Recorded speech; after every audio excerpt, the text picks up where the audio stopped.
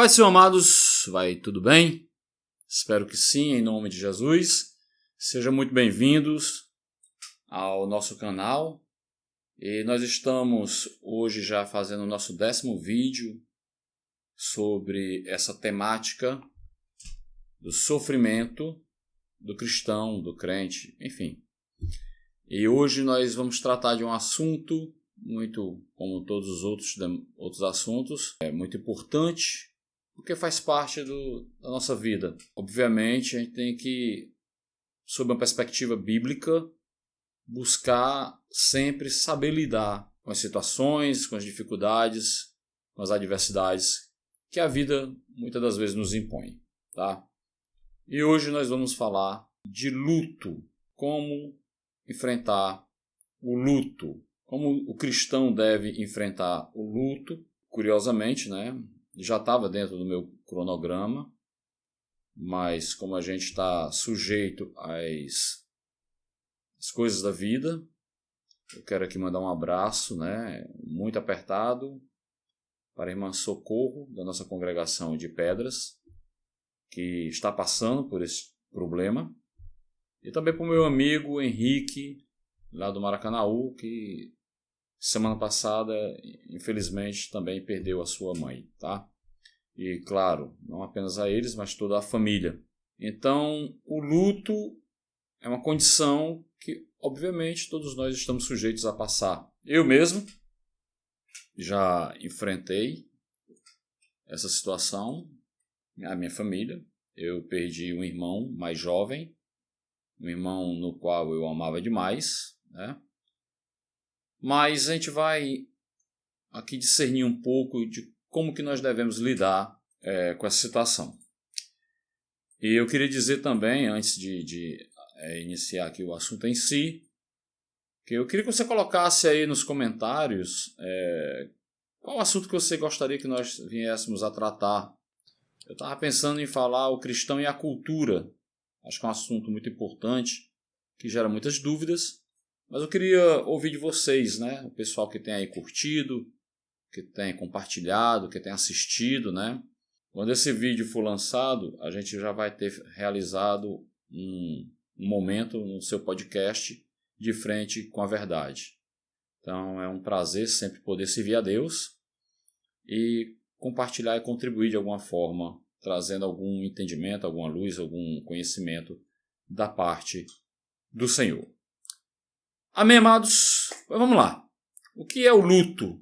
O luto é um estado emocional específico que se inicia pela ameaça ou rompimento de um vínculo de amor e se caracteriza como um período da dor, da perda. O luto ele não está relacionado apenas à morte de algum ente querido, tá? Mas hoje nós vamos nos focar nessa temática, a morte de um ente querido.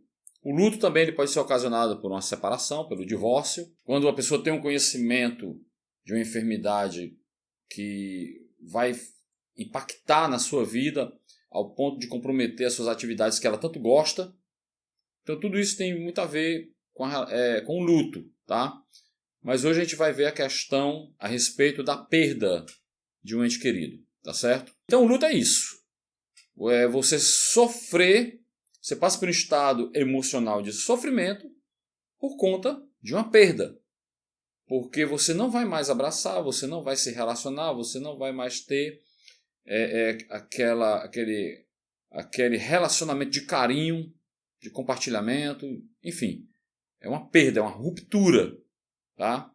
Impactante, terrível. É importante que entendamos não apenas no sentido de como eu tenho que lidar com o luto, mas como também eu tenho que lidar com o enlutado, a pessoa que está passando pelo luto, tá certo? Então, é importante que entendamos o seguinte: por que nós morremos? Sob uma perspectiva teológica, claro, tá? A morte é um castigo da parte de Deus por conta da desobediência dos nossos pais, de Adão e Eva. Em Gênesis 3,19, no finalzinho desse versículo, diz o seguinte: porquanto és pó, e em pó te tornarás, né? Voltará a ser pó novamente. Isso aqui é um dos castigos, tá? Não é só esse. Mas um dos castigos que nós fomos, como humanidade, submetidos é a morte física. Aqui o Senhor está tratando da morte física, tá? É essa carne, esse tabernáculo de carne, voltar a ser pó.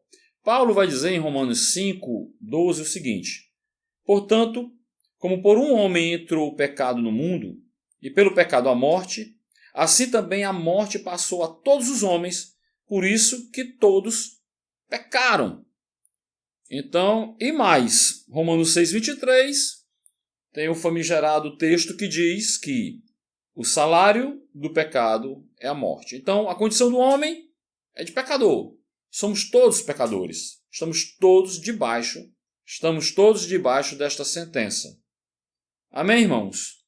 Então, diante desta realidade, nós precisamos entender que a morte é um curso natural da vida, por conta da nossa condição de pecador e por conta do pecado realizado pelos nossos pais. Amém? Então, uma vez que a morte entra no nosso lar, como nós devemos lidar? A psicologia vai dizer, eu acho que é importante que entendamos esse trechinho. Eu até providenciei uma pesquinha aqui, né? Deixa eu abrir aqui.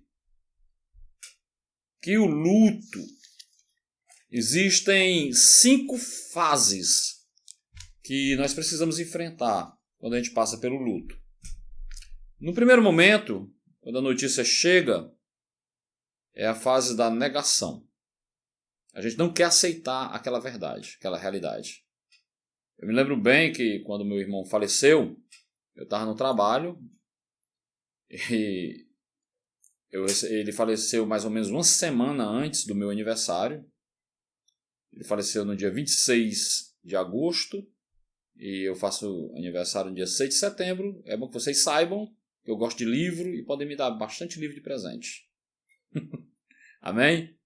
E quando eu recebi a ligação às 7 da manhã, mais ou menos, se me falha a memória, foi a minha irmã que me ligou e disse que nosso irmão havia falecido, morrido. E a primeira sensação é de não querer aceitar a realidade. Então é uma pancada, é uma pancada terrível no sentido psicológico e mental, e muito duro, muito difícil, tá? Especialmente quando é algo trágico, como foi o nosso caso. Que ele estava bem e de repente isso acontece quando a pessoa sofre um acidente de carro. Está tudo indo bem, de repente você recebe a notícia de um acidente. Então nós somos passíveis de passar por tais situações, tá, irmãos?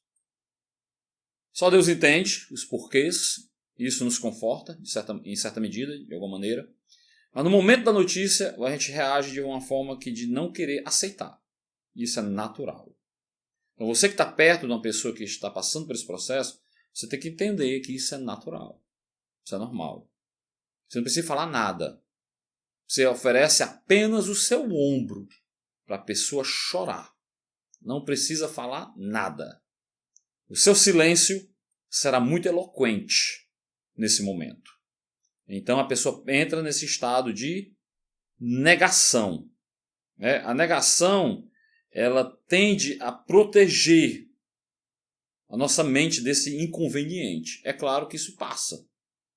Em um segundo momento, a pessoa entra no estágio de raiva. Aí ela traz uma série de questionamentos existenciais e pode ficar questionando a Deus. Meu Deus, por quê? Por quê, né?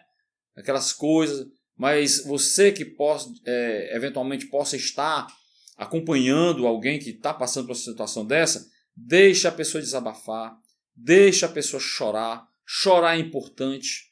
Deixa a pessoa colocar tudo para fora. Nessas horas não é legal chegar dizendo assim, olha, se conforma, ele está no céu, ou coisa do tipo, porque é uma ruptura terrível, é muita dor. É algo que gera muita dor. Então nós precisamos respeitar aquele momento terrível da fragilidade. A pessoa precisa passar por aquele momento. Isso são mecanismos que a nossa própria mente ela desenvolve para que, de alguma medida, de alguma forma, de alguma maneira, venha nos proteger dessa realidade tão trágica e tão terrível. Tá? Existe uma terceira fase, que é a fase da barganha, ou da negociação. Essa fase do luto se constitui por negociações. Né? A pessoa enlutada negocia consigo mesma, ou com a entidade superior, né? Ou seja, com Deus. E fica nessa barganha, nessa negociação, essa tentativa de aceitação. Muitas das vezes a pessoa fica pensando, meu Deus, se eu tivesse feito isso não teria acontecido, se eu tivesse acompanhado, se eu tivesse com a pessoa. Mas também é uma fase. Aí logo a pessoa vai ter um entendimento que o imponderável acontece, coisas imponderáveis acontecem, ou seja, são situações que estão fora do nosso controle. Tá, irmãos? E a quarta fase é a fase da depressão, e essa é uma fase que a gente precisa ficar muito atento, porque há pessoas que quando entram nessa fase depressiva, às vezes elas não conseguem sair, ou não saem com muita, vamos dizer assim, com muita facilidade. Fácil nunca é. Para alguns são mais, para outros menos. Mas a gente tem que observar se a pessoa eventualmente não está entrando num quadro patológico. Ou seja, se aquela tristeza, aquela depressão, aquela situação não está deixando ela incapacitada de tocar a vida, de seguir. Tá certo, irmãos? E a última fase é a fase da aceitação. Que aí é a fase que a gente diz, vamos dizer assim, no modo popular, a poeira vai baixando, a pessoa vai entendendo, ela sofreu o impacto, ela sofreu a pancada, ela sofreu aquele choque, né? Mas aí a mente, o cérebro vai se organizando, a pessoa ela vai compreendendo, tá?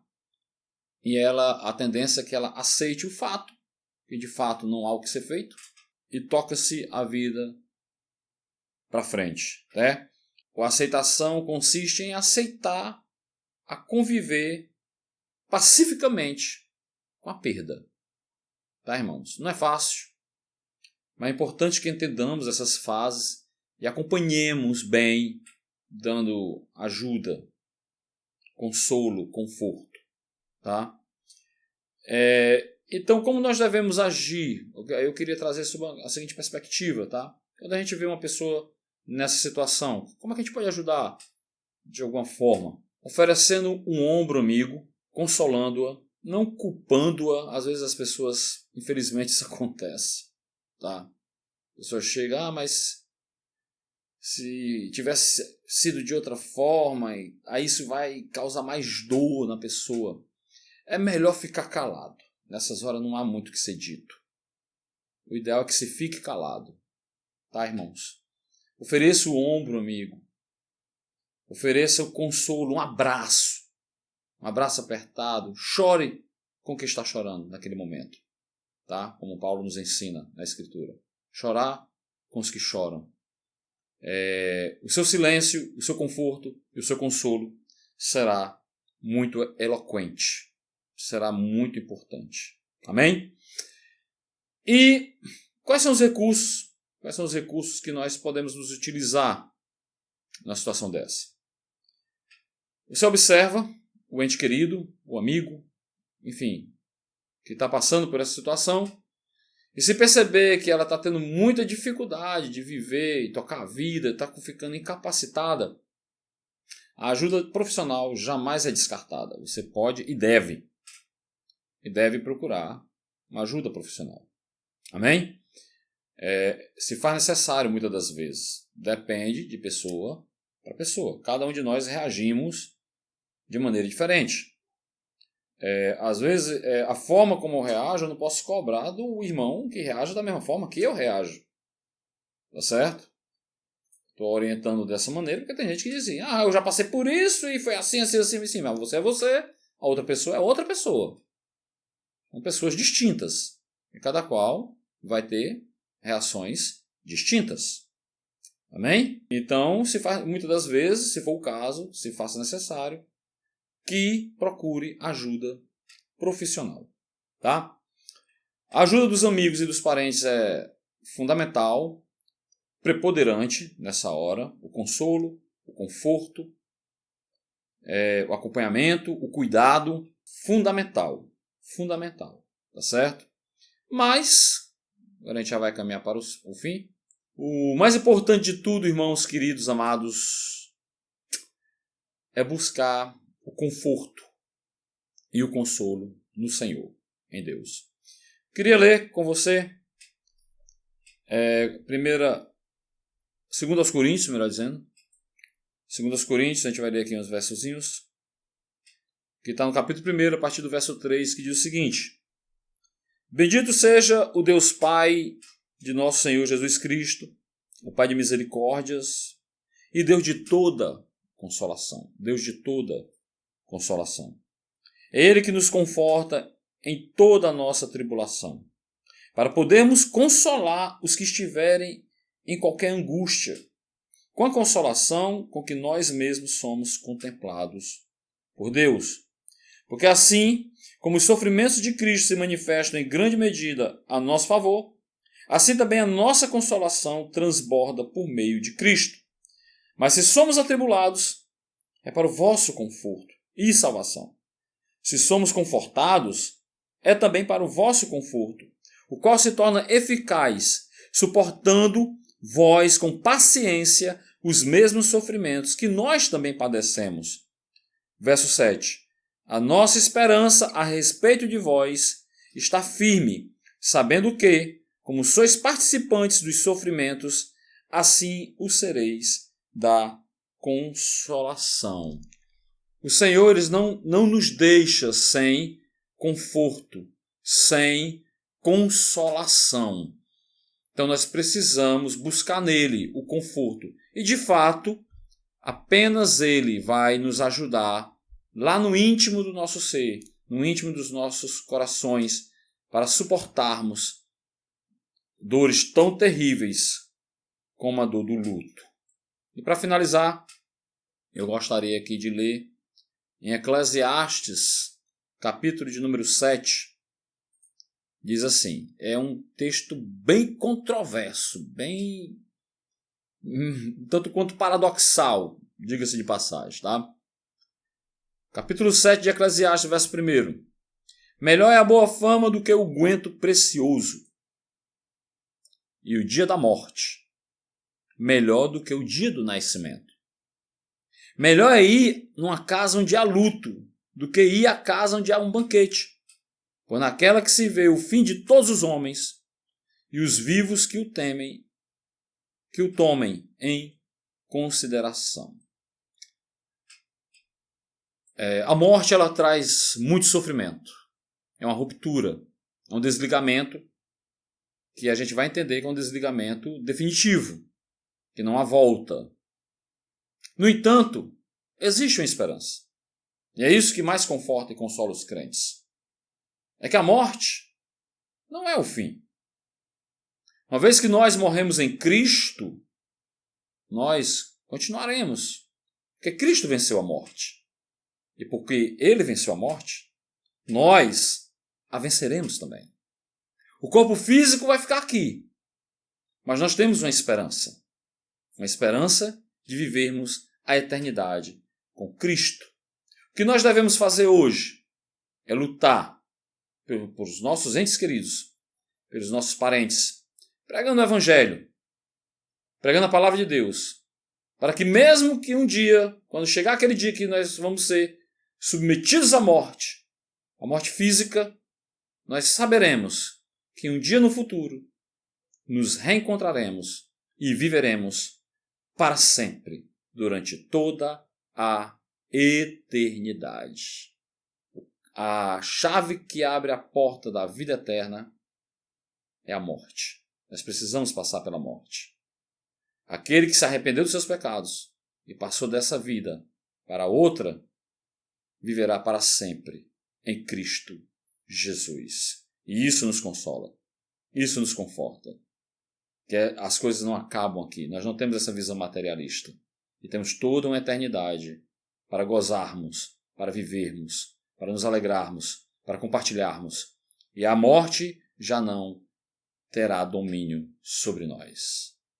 Amém, amados? Existe uma pregação muito boa na internet. O pastor Josemar Bessa, ele tem um trabalho muito maravilhoso de pregações antigas. Procure Thomas Brooks. Ele traz uma mensagem maravilhosa a respeito desse texto de Eclesiastes. E estamos finalizando por aqui. Tenho muito que agradecer a todos vocês que têm compartilhado o vídeo, mande esse vídeo, compartilhe para pessoas que estão passando por esse tipo de problema. Algumas pessoas têm nos buscado, nos elogiado, mas que tudo seja para o louvor e glória do nome do Senhor. Temos algumas solicitações, tá? Quero mandar um abraço aqui para o Wellington Marques. Ele congrega na Gileade, do Maracanaú. Ele me fez uma solicitação, a gente vai estar encaixando aqui, tá? Vamos estar providenciando essa semana também um pedido do Rones. Vamos falar sobre teologia liberal. E o Neto também lá da Gileade, do Conjunto Esperança, aqui em Fortaleza. Também pediu para a gente falar sobre prosperidade bíblica. Então a gente vai estar aí ao longo dos dias, vamos estar fazendo esses trabalhos e eu queria escutar de vocês, qual assunto que você gostaria que nós tratássemos. Quero também mandar um abraço para o pastor Fernando Lima, da Assembleia de Deus Templo Central, aqui de Fortaleza, né? Meu amigo. Amém, amados? A paz do Senhor e que Deus abençoe a todos, no nome do Senhor Jesus Cristo. Até mais.